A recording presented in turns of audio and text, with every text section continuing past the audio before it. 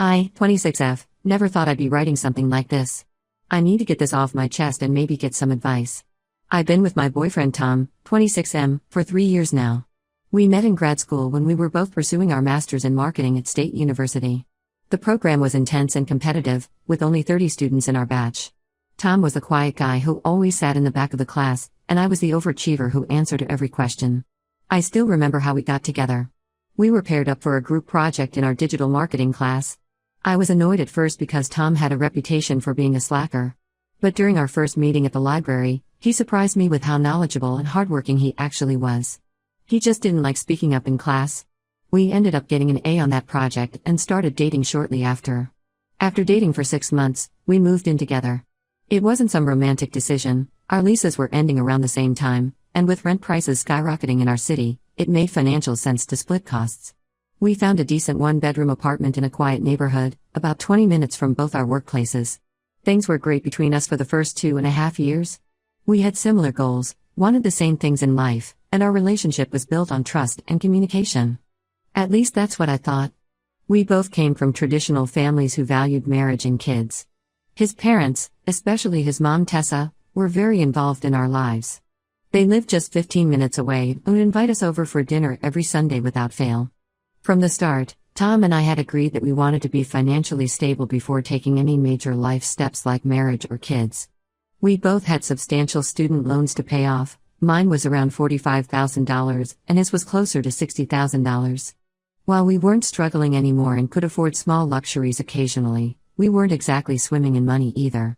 Our work setup was pretty good. Tom works from home as a digital marketing specialist for a tech company, while I go to the office 3 days a week for my job in brand management at a local firm. We had a good system going. I handled breakfast since I was up early anyway, and he took care of dinner on the days I worked late. We split all other chores 50-50. His mom Tessa would often drop by unannounced with homemade meals or groceries, saying she was in the neighborhood. Looking back, I should have seen how she was trying to insert herself more and more into our lives. Everything changed about 2 months ago. Tom started acting weird about using protection during intimacy. Now, I've been on birth control pills for years, the same brand that's worked well for me without any side effects. But we always use condoms as extra protection because neither of us wanted to risk an accidental pregnancy. He started making excuses about how they reduced sensation or how we didn't really need them since I was on the pill. When I insisted, he would get moody and sometimes even refuse intimacy altogether. Then came the increasing comments from his family. During Sunday dinners, Tessa kept bringing up babies. It started subtly. She would mention how her friend's daughter just had a baby and how fulfilling it was to be a grandmother. Then she started showing us the nursery she was thinking of setting up in their spare room. She even bought a crib during a too-good-to-pass-up sale. At the time, I thought it was strange but brushed it off as typical eager mother-in-law behavior. Last week, I couldn't find my birth control pills in the medicine cabinet. I turned the bathroom upside down looking for them but couldn't find them anywhere. When I asked Tom about it, he just shrugged and said maybe I misplaced them. I could have sworn I had at least 2 weeks' worth of pills left, but I started doubting myself. I went to the pharmacy and bought a new pack, keeping it in my work bag just to be safe. Yesterday, I came home early from work because I had a migraine. When I opened our bedroom door, I found Tom going through my work bag. At first, he tried to play it off like he was looking for some documents I had brought home from work. But when I noticed my new birth control pack in his hand, everything clicked. I confronted him right there, and he broke down and admitted everything. He had been throwing away my birth control pills because he and his mom had decided it was time for a baby. Apparently, they had been planning this for months. Tessa had been pressuring him about grandchildren, saying how all her friends were already grandmothers and how she was getting left out of their grandma club activities. The worst part? Tom had told his entire family, his parents, his sister, even his aunts and uncles, that we were actively trying for a baby. He asked them to keep it quiet because I supposedly wanted it to be a surprise announcement. That explained all the knowing looks and baby comments from his relatives. They thought I was in on it. I felt physically sick. This man who I trusted completely, who I shared my life with for 3 years, had been trying to force a pregnancy on me without my consent. He had involved his entire family in this scheme, making me look like I was the one who wanted a baby. I couldn't even look at him. I packed a bag with essentials and went to stay with my best friend Amy. I haven't told my parents yet because I know they'll be devastated. They really liked Tom. My dad would often invite him over to watch sports, and my mom was already calling him her son. They're traditional too and will probably blame themselves for not seeing through him. Tessa has been blowing up my phone with messages about how I'm overreacting and that she was just trying to help us start our family.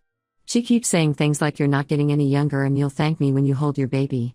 Tom's sister even messaged me saying I was being selfish for denying them a grandchild and that lots of women would be grateful to have such an involved mother-in-law. I've blocked them all for now. Tom keeps sending me emails saying he's sorry and that he just got caught up in his mom's excitement. He claims he realizes now that what he did was wrong but that we can work through this. He even suggested couples counseling, saying we shouldn't throw away 3 years over one mistake. But this wasn't one mistake. This was a calculated plan to violate my bodily autonomy. He conspired with his mother to force a major life decision on me, betrayed my trust, and tried to trick me into pregnancy. I don't think I can ever look at him the same way again, let alone trust him. Who does something like this to someone they claim to love? Update when it's been 2 weeks since I discovered Tom's betrayal, and things have spiraled into an even bigger nightmare. After spending a few days processing everything at Amy's place, I finally worked up the courage to tell my parents what happened. I drove to their house last Sunday, and the conversation was even harder than I expected. My mom noticed something was wrong the moment I walked in. She had already been worried because I hadn't been answering her texts about the usual Sunday dinner with Tom. When I told them everything, about the birth control tampering, Tessa's involvement, and how Tom had been lying to his entire family, my dad's face turned a shade of red I'd never seen before. My father, who had spent countless weekends teaching Tom about car maintenance and treating him like a son, wanted to drive straight to their house and confront him. It took both me and my mom to calm him down. My mom just sat there crying, saying she couldn't believe someone could do this to their partner. She kept asking if she had missed any signs, if there was something she could have done differently. I had to remind her that this wasn't her fault. Tom and Tessa had fooled everyone. Last weekend, I decided it was time to get more of my stuff from the apartment. I waited until Tom's usual Saturday lunchtime with his parents, figuring the apartment would be empty. I even texted Amy to come with me just to be safe. But when we got there, guess who was waiting inside? Tessa. Apparently, she had convinced Tom to give her a spare key because she was worried about my mental state. She ambushed me the moment I walked in, starting with this rehearsed speech about how she only wanted what was best for us and how she knew I'd be a wonderful mother. She talked about how she had been praying for grandchildren and how God had told her it was time. When I tried to walk past her to get to the bedroom, she actually grabbed my arm to stop me. Then she started crying about how she had already spent thousands of dollars on baby stuff and how all her friends at church were judging her for not having grandchildren yet. She dragged me to their guest room where she had a closet full of baby clothes, toys, and equipment, tags still on everything. Some items dated back months, proving this wasn't some recent impulse but a long-planned scheme. But the real bombshell came next. Through her tears, she revealed that she had been telling everyone at their church that I was already pregnant but having complications, which was why I had moved out temporarily. She had been accepting gifts, meals, and congratulations from people for weeks. She even joined some church grandmothers group, and had been attending their meetings. I completely lost it at that point. I told her she was insane and that she needed to stop lying to people. She got defensive and angry, saying I was ungrateful and that most girls would be lucky to have a mother-in-law who cared so much about their future. That's when we heard the front door open. Tom had come home early from lunch. Instead of being horrified that his mother was in our apartment or defending me from her accusations, he just stood there like a coward while Tessa ranted about how I was destroying their family's reputation at church. He actually nodded along when she said I was being selfish and immature. I started throwing my clothes into garbage bags, just wanting to get out of there. While grabbing stuff from the office, I found something in Tom's desk that made my blood run cold, a folder hidden behind some old textbooks. Inside were printouts about how to tamper with different types of birth control pills, tips for getting pregnant quickly, and even detailed information about my company's maternity leave policy that he had no business having. This wasn't just Tom giving in to his mom's pressure. He had been actively planning this for months.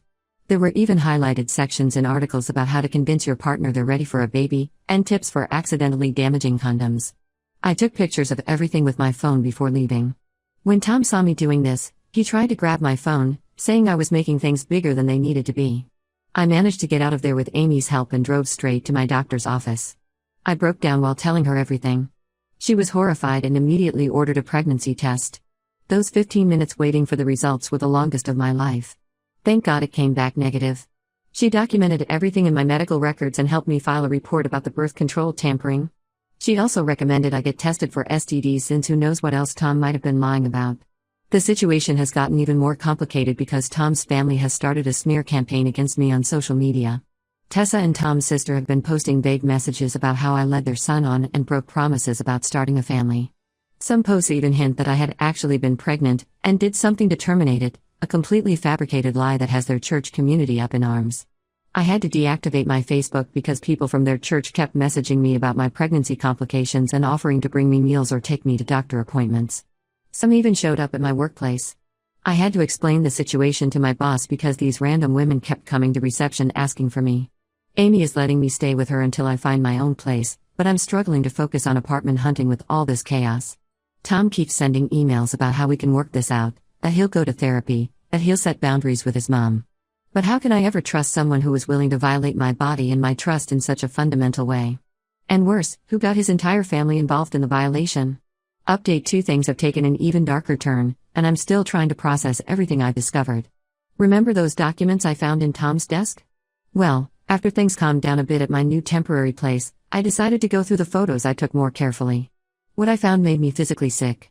Mixed in with all the pregnancy and birth control tampering information were printouts of my personal emails and text messages, conversations with my friends, my mom, even my doctor.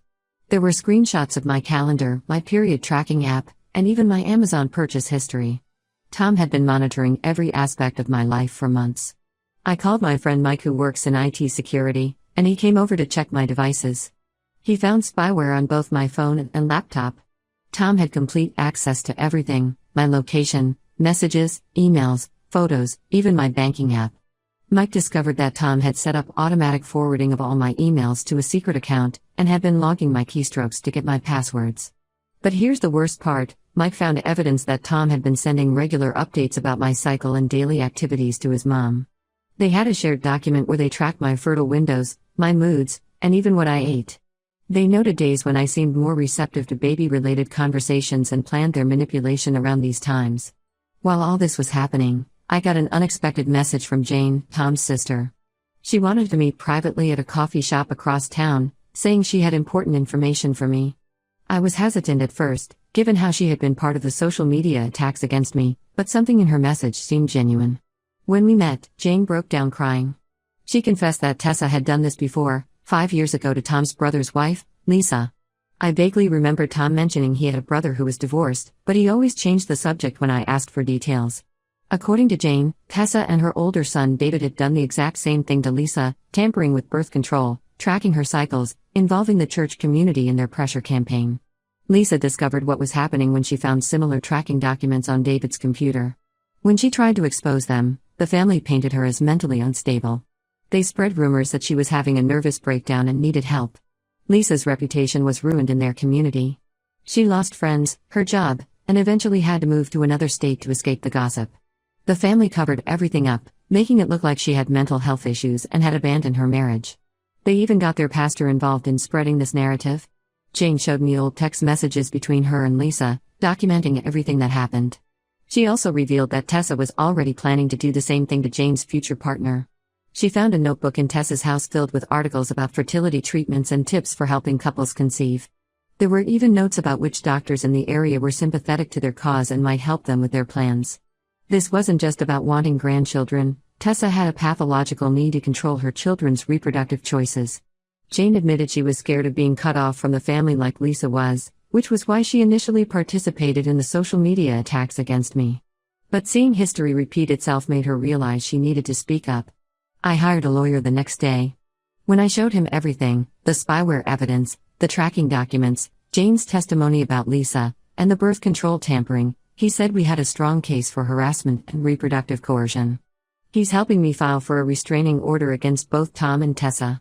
The lawyer also advised me to document everything the family posts online about me, especially the false pregnancy rumors. He says we might have a case for defamation, given how their lies have impacted my professional life. Several clients at my company heard the rumors and raised concerns about working with me. Jane has agreed to testify if needed, though she's terrified of her family's reaction. She showed me recent messages where Tessa was already starting to question her loyalty because she hadn't been posting enough support for Tom online. The psychological grip this woman has on her children is frightening. I've started seeing patterns now that I missed before. How Tessa would always ask about my health and diet at Sunday dinners. How she kept pushing prenatal vitamins on me, claiming they were good for my hair. How she scheduled family events around my fertile days. They had been planning this for longer than I initially thought, probably from the moment Tom and I moved in together. Looking at all this evidence, I feel like I escaped something much worse than just reproductive coercion. This was a systematic campaign to take control of my body and my life, orchestrated by someone who views her children and their partners as nothing more than vessels for her grandchildren. Update 3: The past few months have been a roller coaster, but things are finally settling into a new normal. The restraining order was approved last week after 2 court appearances. Tom and Tessa can't come within 500 feet of me, my workplace, or my new apartment. They also can't contact me through any means, including social media or through other people. My lawyer also sent them a cease and desist letter about the lies they've been spreading. We included screenshots of their social media posts and messages from church members, showing how their false pregnancy stories had impacted my life. The threat of legal action finally made them stop their smear campaign. The truth about what happened to Lisa, Tom's former sister-in-law, came out when Jane finally spoke up at church. She told everyone how Tessa and Tom had tried to force me into pregnancy, just like Tessa and David had done to Lisa years ago. The church community was shocked, especially when Jane showed proof of her mother's manipulation. Several other women from their church have since come forward with stories about Tessa's inappropriate involvement in their family planning. One couple revealed that Tessa had offered to pay for fertility treatments behind the wife's back. Another woman said Tessa had been pressuring her teenage daughter about having kids young so Tessa could enjoy her bonus grandchildren longer. Their pastor finally got involved after multiple families complained. Tessa has been removed from her position in the church's women's ministry, and the grandmothers group she was so desperate to join has completely cut ties with her. Her reputation in their community is ruined, which seems to be affecting her more than any legal consequences. Tom moved back in with his parents after losing his job. When I reported the spyware incident to his company, they conducted an internal investigation and found he had been using company resources and time to monitor my devices. They fired him for misuse of company property and breach of their cybersecurity policies. He's been struggling to find work since then. Turns out having a restraining order against you for reproductive coercion doesn't look good on job applications. He's still trying to paint himself as a victim of his mother's manipulation, sending messages through mutual friends about how he was just trying to make his mom happy and got carried away. But those detailed plans I found, the careful tracking of my cycle, the deliberate tampering with my birth control, those weren't the actions of someone being manipulated. Those were the calculated moves of someone who thought he had the right to control my body. I've moved to Seattle for a fresh start. My company's West Coast office had an opening in the marketing department, and my boss recommended me for the position. It's a step up career-wise, and being thousands of miles away from Tom and his family gives me peace of mind. Jane is the only one from that family I still talk to occasionally. She's planning to move to California next month. After standing up to her mother at church, she says she finally feels free from Tessa's control.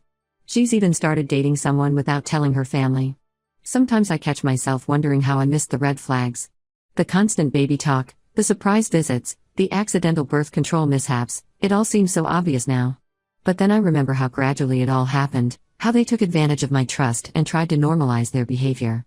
The hardest part has been rebuilding my sense of security. I still check my phone and laptop regularly for spyware, and I'm extremely private about my personal information now. But I'm healing. I'm focusing on my career, making new friends in Seattle, and learning to trust my instincts again. The experience taught me that sometimes the people who claim to love you the most are capable of the worst betrayals. I'm just grateful I found out before I actually got pregnant or married into that family. Some people ask if I'll ever date again. Right now, I'm focused on rebuilding my life, and that's enough for me.